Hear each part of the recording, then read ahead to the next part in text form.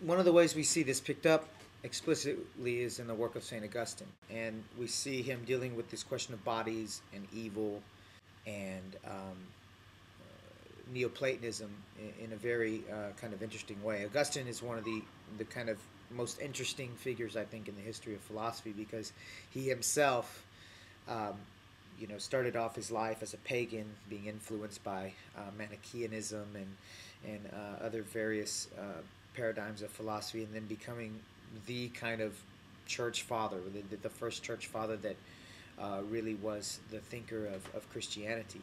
And his young life was spent, gallivanting around with women and wine and song, right? And he had this kind of mystical experience, I guess you could say, where he was told to take up a Bible and look at it and find a verse, and then, of course, he went on to become Saint Augustine. But the great line in the Confessions is, uh, Lord, make me chaste, but not just yet, right?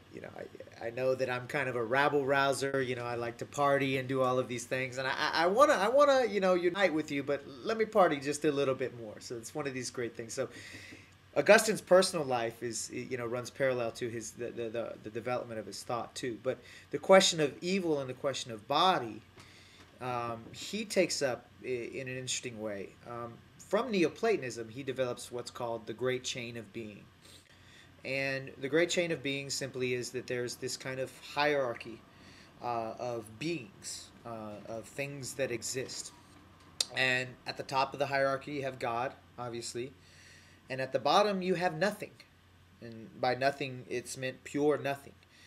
And in between, you have these emanations, Neoplatonism, or gradations of being that move closer to God, but nonetheless are still part of created existence, so still have a level of goodness in them. So at the bottom, you have the stones, uh, then above that, the paramecium, then above that, the salmon, and then above that, the raven, and then the kitty cat, and then the elephant, and then the blue whale, and then the human being, and then angels, and then all of this stuff, and then God.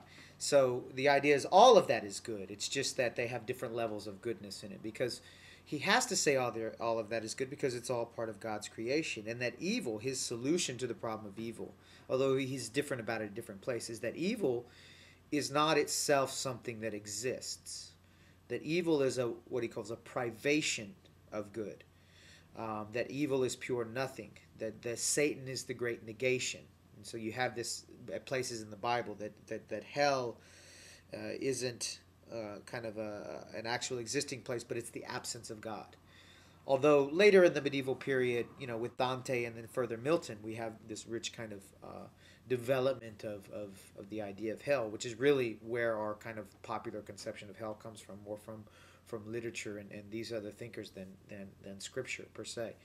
Um, but this idea of the great chain of being is again Augustine's way of trying to bridge Plato, the Neoplatonists, with a lot of the teachings from Scripture and from revelations of faith.